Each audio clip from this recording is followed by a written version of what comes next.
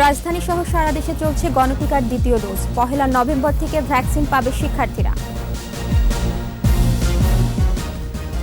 পীরগঞ্জে হামলা মামলায় আরও 10 জন রিমান্ডে, আজও দেশের বিভিন্ন স্থানে বিক্ষোভ। এবং ফেরি আমানত শাহ উদ্ধারে অভিযান চলছে, তদন্ত কমিটির ঘটনাস্থল পরিদর্শন।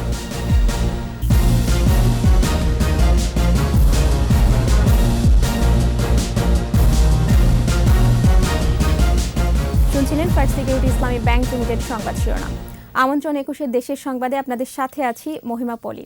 দর্শক, 21 টেলিভিশনের সংবাদ একই সাথে সরাসরি দেখতে পাবেন আমাদের ফেসবুক পেজ www.facebook.com/2124 অনলাইনে।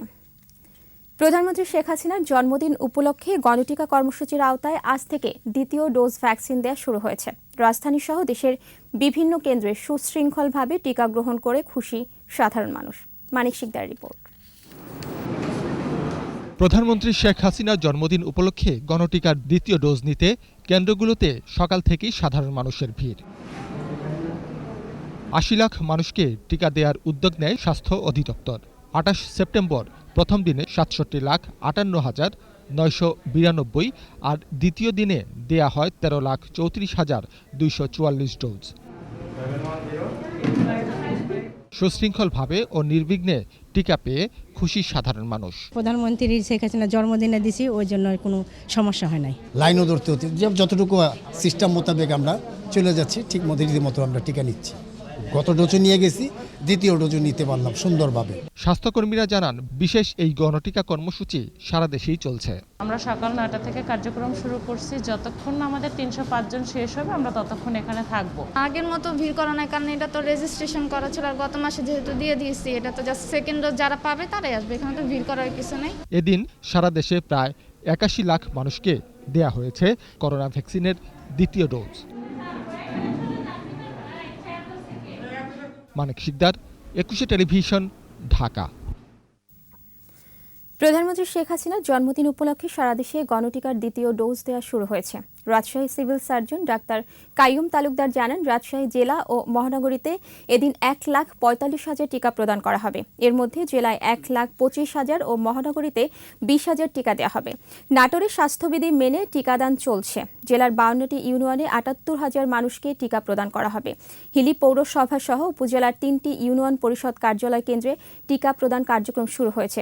মোট 6,000 মানুষকে উপজেলার 4টি কেন্দ্রে এই টিকা প্রদান করা হচ্ছে। গত 28 সেপ্টেম্বর যারা টিকার প্রথম ডোজ নিয়েছিলেন, টিকা কার্ড প্রদর্শন সাপেক্ষে শুধুমাত্র তাদেরকেই দ্বিতীয় ডোজ দেওয়া হচ্ছে।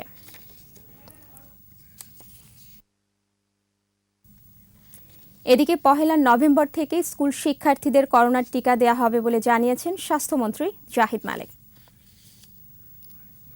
1 তারিখ থেকে আমরা টিকা কার্যক্রম শুরু করতে পারবো স্কুলের ছেলে মেয়েদের, এবং সেটা আমরা ঢাকায় 12টি কেন্দ্র আমরা ঠিক করেছি, যে কেন্দ্রে শীততাপ নিয়ন্ত্রিত, এবং সেখানে আমরা স্কুলের ছেলে মেয়েদেরকে টিকা দেওয়ার ব্যবস্থা আমরা করেছি। রংপুরের পীরগঞ্জে সন্ত্রাসী হামলা মামলায় আরও 10 জনকে 3 দিনের রিমান্ডে নেওয়া হয়েছে। এদিকে আজও সাম্প্রদায়িক হামলার প্রতিবাদে দেশের বিভিন্ন স্থানে বিক্ষোভ ও মানববন্ধন কর্মসূচি পালন করা হয়েছে। প্রতিনিধিদের সহায়তায় আরও জানাচ্ছেন সমর ইসলাম। পীরগঞ্জে সনাতন ধর্মাবলম্বীদের বাড়িঘরে হামলা মামলায় গ্রেফতার 2 শিবির নেতা সহ 10 জনকে 3 দিনের রিমান্ডে নেওয়া হয়েছে। বৃহস্পতিবার রংপুরের সিনিয়র জুডিশিয়াল ম্যাজিস্ট্রেট এলাহি খানের আদালত এই আদেশ দেন।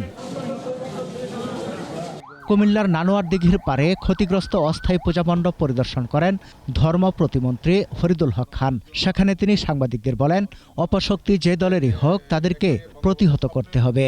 আমরা অসাম্প্রদায়িক বাংলাদেশ গড়ে তুলব এবং অসাম্প্রদায়িক বাংলাদেশ হিসাবে আমরা সবাই চলব।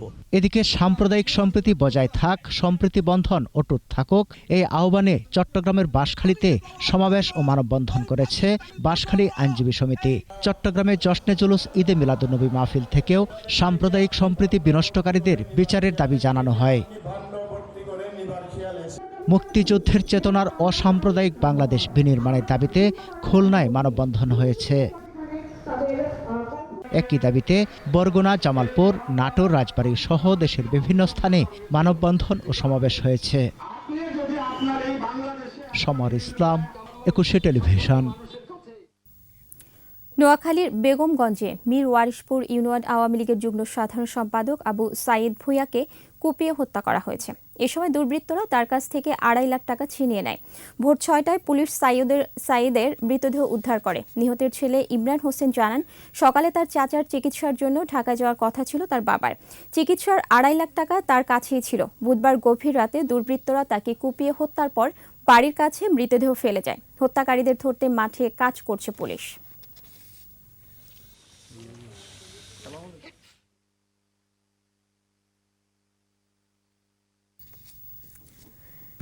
সিলেটে ছাত্রলীগ কর্মী রাহাত হত্যায় ব্যবহৃত ছুরি উদ্ধার করেছে সিআইডি। শহরতলির হাজীপুর থেকে ওই ছুরি উদ্ধার করা হয়। দুপুরে সিলেটের সিআইডি কার্যালয়ে প্রেস ব্রিফিংয়ে বিশেষ পুলিশ সুপার সুজ্ঞান চাকমা বলেন, দক্ষিণ সুরমা কলেজের ফটকের কাছে কলেজ ছাত্র আরিফুল ইসলাম রাহাতকে খুন করে আরেক ছাত্রলীগ কর্মী সাদি। ঘটনার পর সাদি কুষ্টিয়া পালিয়ে যায়। মঙ্গলবার রাতে তাকে গ্রেফতার করে সিআইডি। প্রাথমিক জিজ্ঞাসাবাদে সে খুনের ঘটনা স্বীকার করেছে।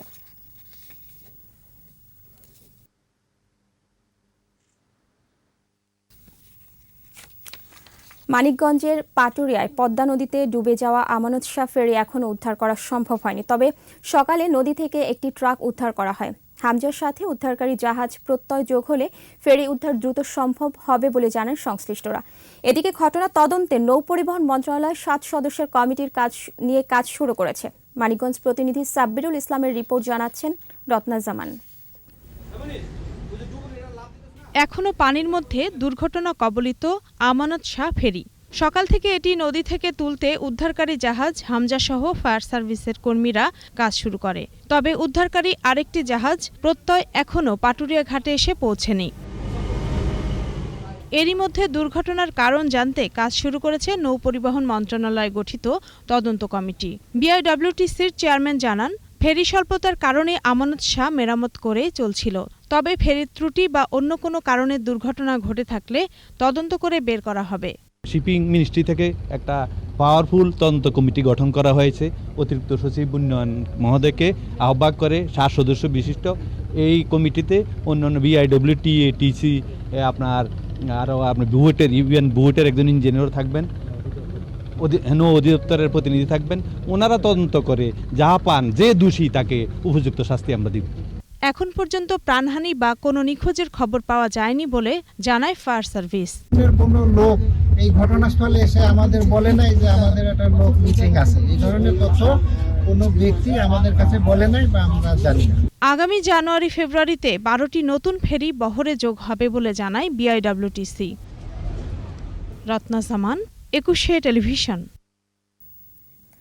ভর্তি ফি কমানো সহ 7 দফা দাবিতে দ্বিতীয় দিনের মতো আন্দোলনে গোপালগঞ্জে বঙ্গবন্ধু শেখ মুজিবুর রহমান বিজ্ঞান ও প্রযুক্তি বিশ্ববিদ্যালয়ের শিক্ষার্থীরা সকাল থেকে মিছিল ও বিক্ষোভ করেছে তারা। গতকালের মতো আজও প্রশাসনিক ও একাডেমিক ভবনের মূল ফটকে তালা দিয়ে বিক্ষোভ মিছিল করেছে শিক্ষার্থীরা। এদিকে বিশ্ববিদ্যালয় প্রশাসনের দাবি, সমস্যার সমাধানে কাজ করছেন তারা। সেমিস্টার ও বিভাগ উন্নয়ন ফি বাতিল সহ 7 দফা দাবি নিয়ে মঙ্গলবার সন্ধ্যা থেকে প্রশাসনিক ভবনের সামনে আন্দোলন শুরু করে শিক্ষার্থীরা।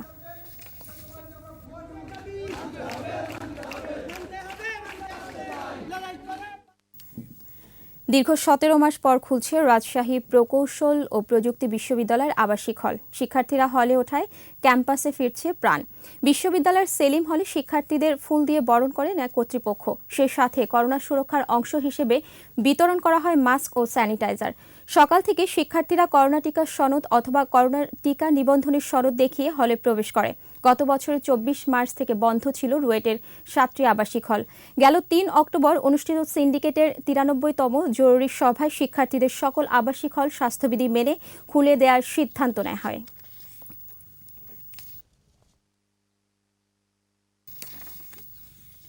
এবার আমাদের বিশেষ আয়োজন আমার বাংলা।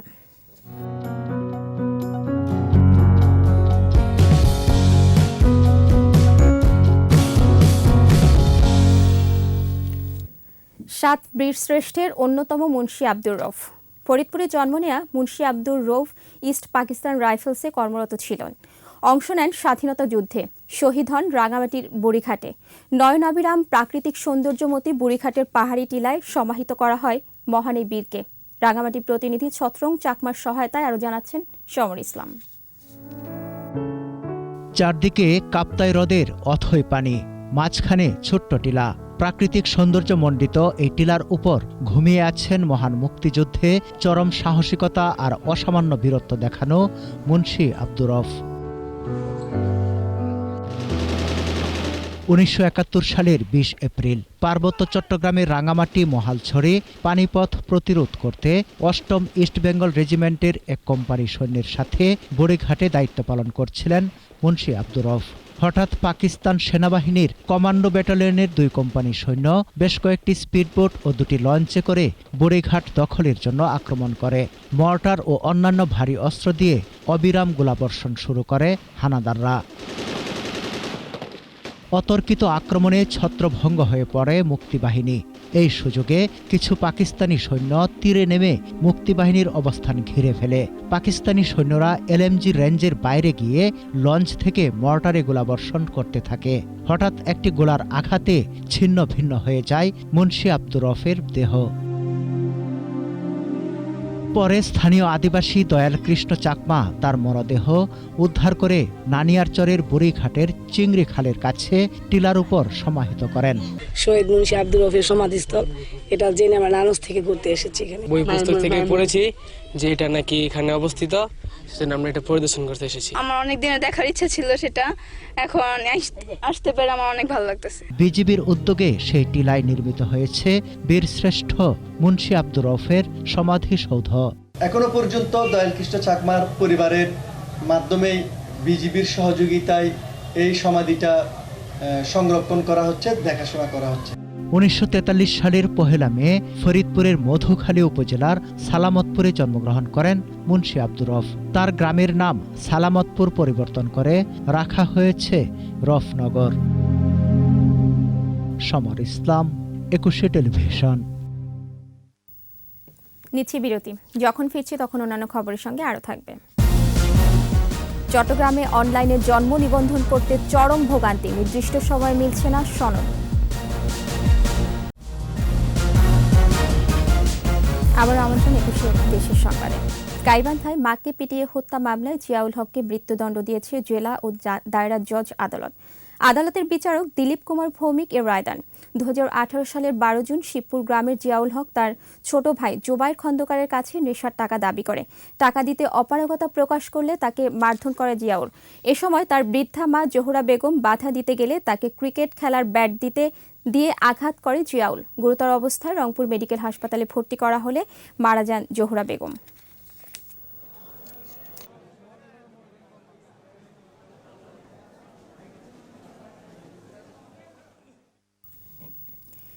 হিলিতে বিশেষ অভিযান চালিয়ে নেশা জাতীয় অ্যাম্পল সহ 9 জনকে আটক করা হয়েছে। পরে তাদের বিভিন্ন মেয়াদে কারাদণ্ড দেয় ভ্রাম্যমাণ আদালত। পুলিশ জানায়, হিলি সীমান্তবর্তী চুরিপট্টির মরিয়মের বাড়িতে অভিযান চালায় পুলিশের একটি বিশেষ দল। এ সময় সেখান থেকে নেশা জাতীয় অ্যাম্পল ও ঘুমের ইনজেকশন সহ 9 জনকে আটক করা হয়। পরে ভ্রাম্যমাণ আদালত তাদের বিভিন্ন মেয়াদে কারাদণ্ড প্রদান করে।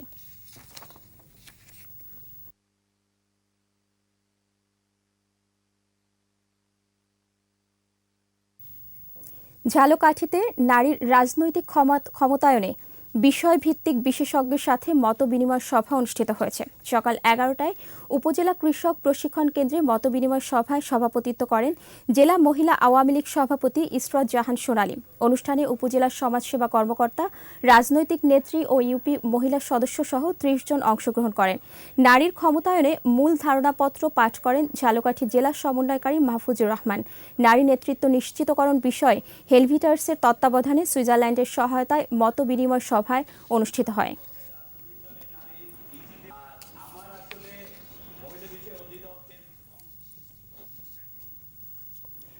রংপুর নগরের রবার্টসনগঞ্জ হাই স্কুল মাঠে free blood grouping, health check up, gynae চিকিৎসা, মেডিসিন চিকিৎসা, ব্লাড প্রেশার চেক আপ সহ অন্যান্য স্বাস্থ্যসেবা ক্যাম্প অনুষ্ঠিত হয়েছে। রংপুর রোটারি ক্লাবের আয়োজন করে। সকাল থেকে সারাদিন বিশেষজ্ঞ চিকিৎসকদের সরাসরি তত্ত্বাবধানে প্রায় 500 নারী, পুরুষ ও শিশুকে বিনামূল্যে চিকিৎসা সেবা ও ঔষধ দেওয়া হয়। এ সময় রোটারি ক্লাব অব মেট্রোপলিটনের প্রেসিডেন্ট অধ্যক্ষ Nahid Yasmin, chartered president RTN Shahjahan বাবু সহ রোটারি ক্লাবের নেতৃবৃন্দ উপস্থিত ছিলেন।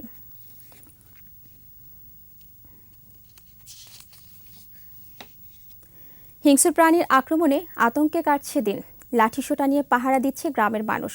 গাইবান্ধার তালুক জামিয়া গ্রামে এরই মধ্যে আক্রমণের শিকার হয়ে মারা গেছেন এক ব্যক্তি, আহত হয়েছেন 25 থেকে 30 জন।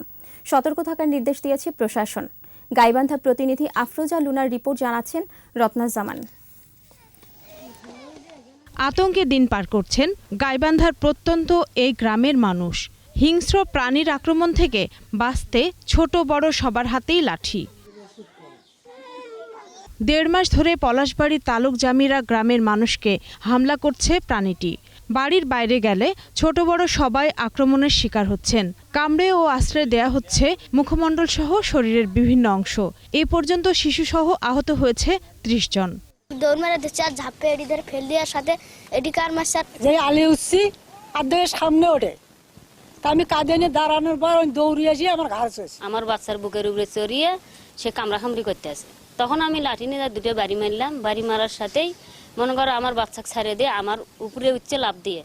স্থানীয় মসজিদের ইমাম প্রাণীটির আক্রমণের শিকার হয়ে মারা গেছেন। পাশের বাড়িতে নাকের এখান থেকে ছিঁড়ে এইটুকু বেঁচেছিল। উনি গত মনে করেন যে 20-25 দিন বেঁচে ছিল, উনি মারা গেছে। কোন দিকে কি রাত্রে কি দিনে কি দুপুরে কি সকালে কি বিকেলে যেখানে যাই আমরা লাঠি ছাড়া বেরোতে হয় না। এদিকে প্রশাসন জানিয়েছে মেছো বাঘ অথবা শিয়ালের আক্রমণ হতে পারে। গ্রামবাসীকে সতর্ক থাকার পরামর্শ দেয়া হয়েছে। সংশ্লিষ্ট এলাকায় গিয়ে আমরা তাদের সচেতন করার চেষ্টা করছি। তাদের এই মেছো বাঘ বা যেটাই হোক, যে প্রাণী হোক, সেটাকে ভীত সন্ত্রস্ত না হয়ে তাদেরকে সাবধানে চলাফেরার পরামর্শ প্রদান করা। স্বাভাবিক জীবনে ফিরতে দ্রুত প্রাণীটি চিহ্নিত করে আটক করার দাবি গ্রামবাসীর। রত্না জামান, 21 টেলিভিশন। এবার এস আলম গ্রুপ চট্টগ্রাম সংবাদ।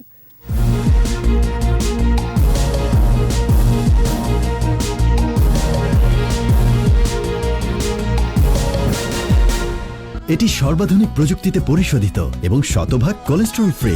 খাবো এস আলম সয়াবিন তেল, ন্যায্য দামে সেরা ভোজ্য তেল। চট্টগ্রামের পরীর পাহাড় আদালত ভবন এলাকায় জাতির জনক বঙ্গবন্ধু শেখ মুজিবুর রহমানের মুরাল উদ্বোধন করা হয়েছে। মুরালটি উদ্বোধন করেন চট্টগ্রামের জেলা ও দায়রা জজ ইসমাইল হোসেন। 12 ফুট উঁচু ও 8 ফুট প্রস্থের এই মুরাল তৈরি করেন চট্টগ্রাম বিশ্ববিদ্যালয় চারুকলা ইনস্টিটিউটের সহযোগী অধ্যাপক কাজল দেবনাথ। সার্বিক সহযোগিতা করেন অতিরিক্ত জেলা ও দায়রা জজ শেখ সামিদুল ইসলাম, যুগ্ম জেলা ও দায়রা জজ খায়রুল আমিন।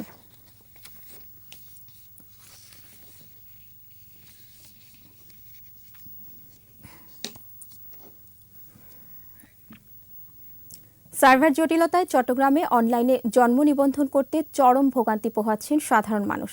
কাজে দীর্ঘসূত্রিতার ফলে নির্দিষ্ট সময় মিলছে না সনদ। এদিকে 30 অক্টোবরের মধ্যে শিক্ষা প্রতিষ্ঠানে তথ্য জমা দেওয়ার সময়সীমা বেঁধে দেয় বিপাকে অভিভাবক ও শিক্ষার্থীরা। ইফরাজ নূরের ক্যামেরায় রিপোর্ট করছেন শিউলি শবনম। ব্যবসায়ী গোফরান উদ্দিন খান নগরীর 15 নম্বর বাকমনিরাম ওয়ার্ড কার্যালয়ে 10 দিন ধরে ঘুরছেন তার ও স্ত্রীর জন্ম সনদ নিতে। তারা সনদ পেলে আবার আবেদন করতে হবে মেয়ের জন্ম সনদের জন্য। এদিকে মেয়ের স্কুলে ইউনিক আইডি তৈরির জন্য 30 অক্টোবরের মধ্যেই তথ্য জমা দেওয়ার সময়সীমা বেঁধে দেওয়া হয়েছে। বাপ মারটা আগে হওয়ার পরে বাচ্চাদেরটা হবে। এখন ফর্ম ফিল আপ করে এসে আমরা এখানে দিছি। আজকে আমার তো 3 দিন হয়েছে, বলছে এই সপ্তাহের মধ্যে আসবে, কিন্তু ওদের তো ওই যে বলতেছে সার্ভারের জটিলতা। গত কয়েকদিন ধরে সার্ভার জটিলতায় প্রয়োজনীয় সনদ সরবরাহ না হওয়ায় একই রকম দুর্ভোগে পড়েছেন শত শত মানুষ। আমাদের বাচ্চাদের স্কুলের মধ্যে আমাদের চাপ সৃষ্টি করতেছে ইউনিক আইডির জন্য এবং করোনা টিকা দেওয়ার জন্য। অনলাইন থেকে নিতে হচ্ছে, এখন অনলাইন থেকে নিতে গিয়ে এখানে সার্ভার ডিস্টার্ব করতেছে। আমি দিয়ে গেছি 10 দিন হয়েছে, তোরা বলেছে সার্ভার ডাউন দেখে বের করতে পারে নাই। এদিকে তথ্য আপলোড কাজে নিয়োজিতদের গাফিলতি ও অদক্ষতার কারণে নতুন সনদেও ভুলের ছড়াছড়ি বলে অভিযোগ ভুক্তভোগীদের। আমরা কিন্তু নিবন্ধন করার সময় ঠিকই ওর জন্ম ডেট হলো 22/6/1995, তো লেখার সময় দিস ইজ 12। আমার ওয়াইফের লেখা আছে শর্মিলা হক, সেখানে লেখা আছে লিঙ্গের মধ্যে লেখা আছে পুরুষ। সাধারণত নিবন্ধন সংক্রান্ত সেবা নিতে আসেন দিনে 20 থেকে 30 জন। এখন জরুরি সেবা নিতে প্রতিদিনই দীর্ঘ লাইনে দাঁড়াচ্ছেন কয়েকশো মানুষ। আমরা 18 তারিখ পর্যন্ত বন্ধের দিনে কাজ করছি, রাত্রেও কাজ করছি, কিন্তু দেখা যাচ্ছে যে সর্বোচ্চ আপনার দিনের মধ্যে 10টা-15টা বেশি নিবন্ধন হচ্ছে না। আর আজকে দিন তো পুরো বন্ধ। নিবন্ধনের এখন বর্তমানে আগের থেকে প্রায় 10 থেকে 20 গুণ চাপ বেশি। শিক্ষা প্রতিষ্ঠানে তথ্য জমা নেওয়ার সময়সীমা বাড়ানোর তাগিদ সংশ্লিষ্টদের। আমার মনে হয় আরও সময় বাড়ানো উচিত। অনেকের জন্ম নিবন্ধন ভুল আছে, যখন বাচ্চাটা করতে যাচ্ছে সেখানে ভুলটাই আসতেছে, তো সেখানে আপনার গার্ডিয়ানটা যদি শুদ্ধ না করে বাচ্চাটা ভুল হয়ে আসবে। আমাদের কাজ কিন্তু 3টা, ওনাদের কাজ হচ্ছে বাচ্চার নিবন্ধন পেলে হয়ে যাবে, আমাদের কিন্তু পিতা মাতার না করে বাচ্চাদের কথা, আমাদের কাজ কিন্তু 3টা করে হয়ে গেল, প্রায় 3 গুণ। সংশ্লিষ্টরা বলছেন সিটি কর্পোরেশন ও জেলা প্রশাসক কার্যালয় কিংবা ইওনো অফিসের সাথে সমন্বয়ের মাধ্যমে ওয়ার্ড ভিত্তিক বুথ গড়ে তুললে জটিলতা কাটিয়ে দ্রুত সেবা দেওয়া সম্ভব। শিউলি শবনম, একুশে টেলিভিশন, চট্টগ্রাম। প্রধানমন্ত্রী শেখ হাসিনার জন্মদিন উপলক্ষে চট্টগ্রামে দ্বিতীয় ধাপে গণটিকা পেয়েছেন 3 লাখের বেশি মানুষ। সকাল 9টা থেকে নগরীর বিভিন্ন উপজেলার 200 ইউনিয়নে এই টিকা দেয়া হয়। কেন্দ্রগুলোতে ছিল উপচে পড়া ভিড়। সিটি কর্পোরেশনের স্বাস্থ্য কর্মকর্তা জানান, গত 28 সেপ্টেম্বর যাদের প্রথম ডোজ টিকা দেওয়া হয়েছে তাদেরকে দ্বিতীয় ডোজ দেওয়া হচ্ছে। প্রতি ওয়ার্ডে 3টি বুথে 1,500 জনকে টিকা দেওয়া হয়। এর আগে চট্টগ্রাম মহানগরী এবং উপজেলায় 3,47,418 জনকে সিনোফার্মের প্রথম ডোজ টিকা দেওয়া হয়।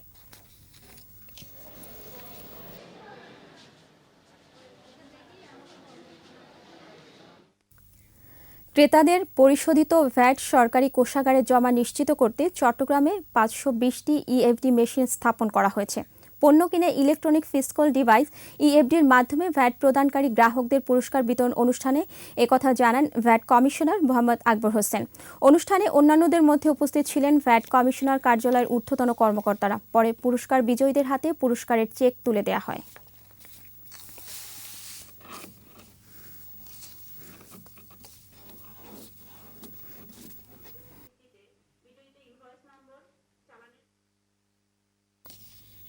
এর সাথে শেষ করছি 21 দেশের সংবাদ। তবে যাবার আগে ফার্স্ট সিকিউরিটি ইসলামী ব্যাংক লিমিটেড সংবাদ শিরোনামগুলো জানাবো আরও একবার।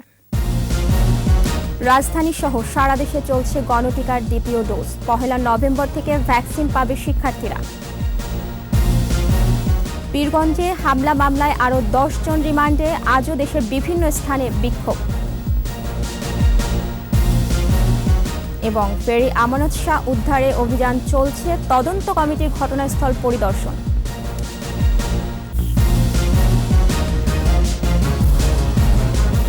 সর্বশেষ খবর জানতে ডায়াল করুন 2021 নম্বরে আর ভিজিট করুন ekushe-tv.com এই ওয়েবসাইটে।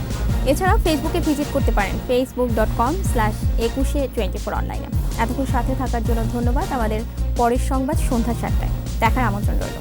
স্বাস্থ্যবিধি মেনে চলুন, সুস্থ থাকুন এবং একুশের সাথেই থাকুন।